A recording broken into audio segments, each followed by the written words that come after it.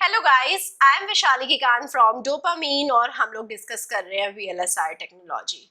In VLSI technology we are discussing ion implantation और ion implantation में आज का पर्टिकुलर टॉपिक है मेजरमेंट्स। सो मेजरमेंट्स को समझने के लिए आयन इम्प्लांटेशन की पहले प्रोसेस को समझते हैं। आयन इम्प्लांटेशन की प्रोसेस की काफ़ी एप्लीकेशंस हैं, जैसे कि CMOS application, CMOS ion implantation requirement और इम्प्लांटेशन प्रोसेस इवेल्युएशन। तो प्रोसेस को 3 पार्ट्स में हमने डिवाइड कर दिया है। CMOS की एप्लीकेशंस देखते हैं। सो इम्प्लांटेशन प्रोसेस देखते हैं। First is well implantation. So high energy mega electron volt में अगर हम एनर्जी प्रोवाइड करेंगे आयंस को, लो करंट प्रोवाइड करेंगे, तो उस कंडीशन में ये एन वेल या पी वेल के फॉर्मेशन के लिए हम यूज कर सकते हैं। लो current means 10⁻13 per centimetre square और energy in mega electron volt, तो वेल इम्प्लांटेशन के लिए यूज हो जाता है। Second is threshold voltage adjust implantation. Threshold voltage adjust implantation के लिए हमें low energy low current requirement रहेगी। तो आप देख पा रहे हैं यहाँ पर बोरॉन हमने लो एनर्जी लो करंट से इम्प्लांट कराया, तो थ्रेशोल्ड वोल्टेज एडजस्टमेंट हम करवा सकते हैं। Then lightly doped drain implantation. Lightly doped drain implantation के लिए हमें low energy low current requirement है। Low energy 10 kilo electron volt, low current 10⁻13 per centimetre square. सो आपने देखा फॉस्फोरस आयन हमने यहाँ पर इम्प्लांट करवाया है, राइट। तो यहाँ पर हमारा लाइटली डोप्ड ड्रेन इम्प्लांट हो गया है। लाइटली डोप्ड करवाना है तो लो एनर्जी लो करंट हम यूज करेंगे, right. So now coming to source और ड्रेन इम्प्लांटेशन। सोर्स और ड्रेन इम्प्लांटेशन में हम एनर्जी को लो रखेंगे, 20 किलो इलेक्ट्रॉन वोल्ट रखेंगे। किलो इलेक्ट्रॉन वोल्ट में एनर्जी आप देखिए, और करंट हाई रखेंगे ग्रेटर देन 10⁻15 पर सेंटीमीटर स्क्वायर। तो यहाँ पर हम सोर्स और ड्रेन इम्प्लांट करवा सकते हैं, राइट। सो आप प्रोसेसेस देखिए, तो आयन इम्प्लांटेशन के लिए प्रोसेस है well formation, source drain formation, VT adjust and lightly dope drain. So well formation के लिए high energy low current requirement है, सोर्स और ड्रेन के लिए low energy high current requirement है, थ्रेशोल्ड वोल्टेज एडजस्ट के लिए low energy low current requirement है, और लाइटली डोप ड्रेन के लिए low energy low current requirement है। Now coming to the process issue. जो प्रोसेस है इसमें कुछ इश्यूज हैं, जैसे वेफर चार्जिंग हमने ऑलरेडी डिस्कस करा था, वेफर चार्जिंग लास्ट वीडियो में। अगर अभी तक आपने वो नहीं देखी है, very important video, go and watch that. Then we have particle contamination, elemental contamination and process evaluation. So सारे प्रोसेस इश्यूज को देखते हैं। सबसे पहले वेफर चार्जिंग, क्योंकि हमारे पास अब आयंस आकर वेफर पे कोलाइड कर रहे हैं, राइट। आयन इम्प्लांट कर रहे हैं तो वेफर पॉजिटिवली चार्ज हो जाता है, वेफर में ज्यादा पॉजिटिव चार्ज एक्यूमुलेट हो जाता है, जिससे gate oxide also gate break down. Gate oxide क्या करता है, ब्रेक डाउन हो जाता है। डाइलेक्ट्रिक स्ट्रेंथ सिलिकॉन डाइऑक्साइड की होती है 10 मेगावोल्ट पर सेंटीमीटर, राइट। सो 100 एंगस्ट्रॉम ऑक्साइड ब्रेक डाउन हो जाता है, राइट। इसकी ब्रेक डाउन वोल्टेज है 10 वोल्ट, राइट। और जो गेट ऑक्साइड है वो 30 to 35 एंगस्ट्रॉम ही रहता है फॉर 0.18 माइक्रोमीटर डिवाइस। सो अगर हमारे पास 100 एंगस्ट्रॉम के लिए 10 वोल्ट हमें वोल्टेज चाहिए, 30 to 35 एंगस्ट्रॉम के लिए तो हमें 0.18 माइक्रोमीटर डिवाइस के लिए 30 to 35 एंगस्ट्रॉम गेट ऑक्साइड चाहिए, और उसके लिए हमें 10 वोल्ट से भी कम वोल्ट चाहिए, अराउंड 3 to 3.5 वोल्ट चाहिए। और जो यहाँ पर पॉजिटिव चार्ज है, यहाँ से हमें वोल्टेज प्रोवाइड हो जाएगी, बट ये वोल्टेज प्रोवाइड करी तो गेट ऑक्साइड हमारा ब्रेक डाउन हो जाएगा, दैट वी डोंट वांट। तो हमें क्या चाहिए, बेटर चार्ज न्यूट्रलाइजेशन चाहिए, राइट। तो हमें चार्ज की मॉनिटरिंग करनी होती है। Antenna capacitor changing test structure हम यूज करते हैं, right. So antenna capacitor changing test structure is use to monitor the charge.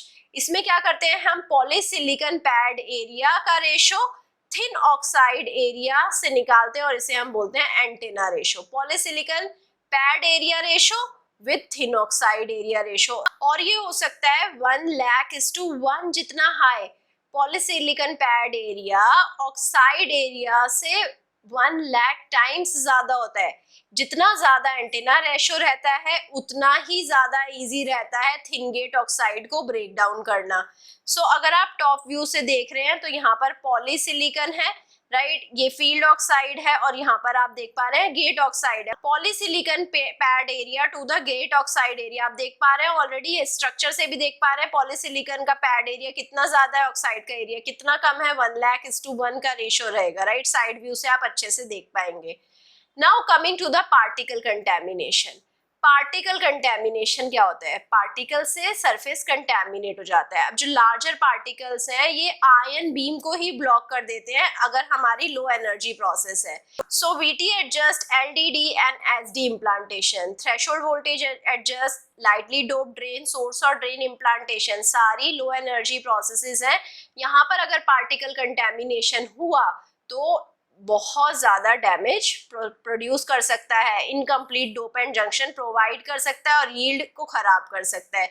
तो आप देख पा रहे हैं इफेक्ट ऑफ पार्टिकल कंटेमिनेशन। यहाँ पर हमारे पास फोटोरेसिस्ट है, उसके ऊपर डोपेंट है, राइट, सो यहाँ पर हमारे पास आयन बीम आ रही है और ये पार्टिकल यहाँ पर कंटेमिनेट कर रहा है। पार्टिकल कंटेमिनेट करते ही यहाँ पर हमारे पास पार्शियली इम्प्लांटेड जंक्शन, एक इम्प्लांटेड जंक्शन यहाँ बनेगा, एक इम्प्लांटेड जंक्शन यहाँ बनेगा। एक लार्ज पार्टिकल ने क्या करा है, जंक्शन को ही ब्रेक डाउन कर लिया है और पार्शियली इम्प्लांटेड जंक्शन मिलेगा।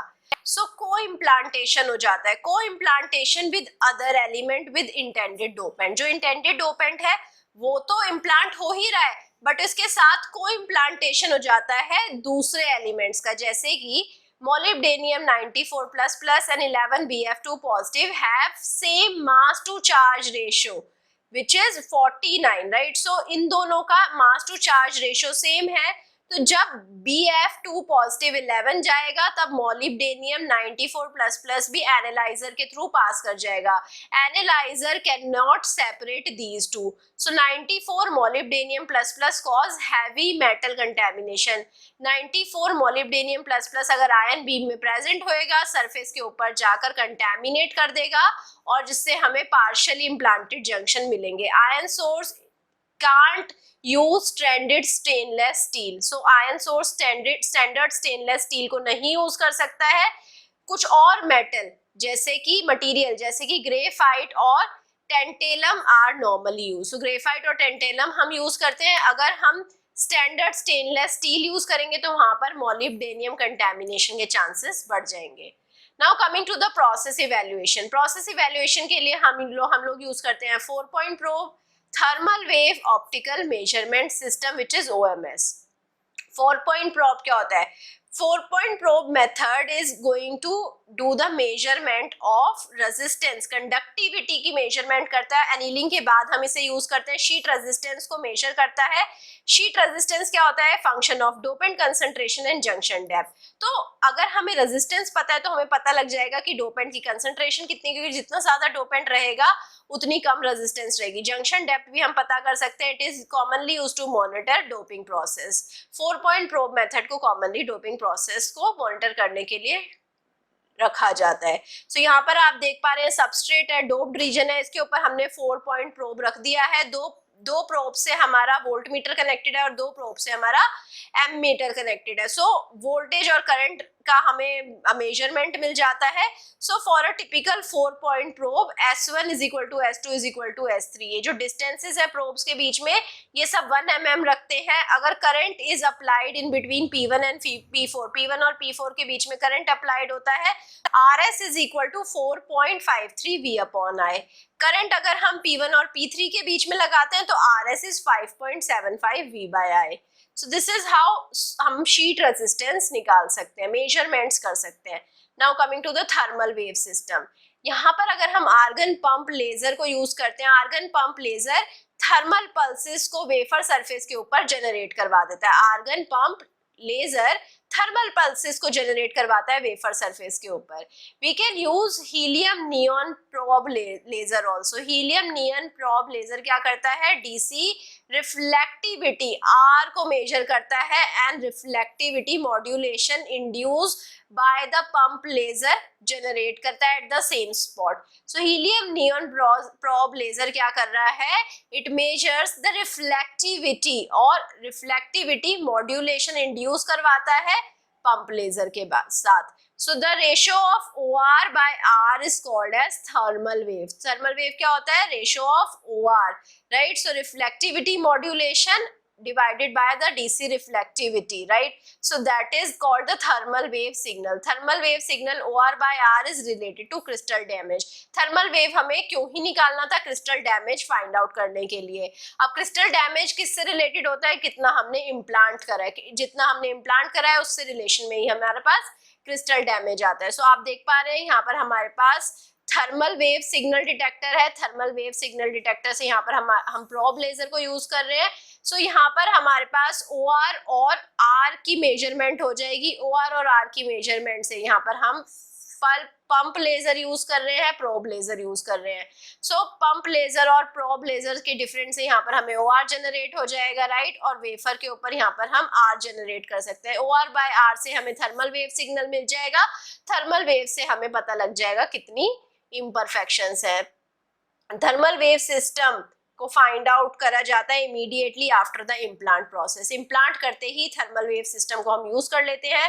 4 point probe need annealing first. 4 point probe के लिए फर्स्ट एनीलिंग करवानी पड़ती है, बट थर्मल वेव सिस्टम के लिए रिक्वायरमेंट नहीं है. थर्मल वेव सिस्टम एक नॉन डिस्ट्रक्टिव मेथड है.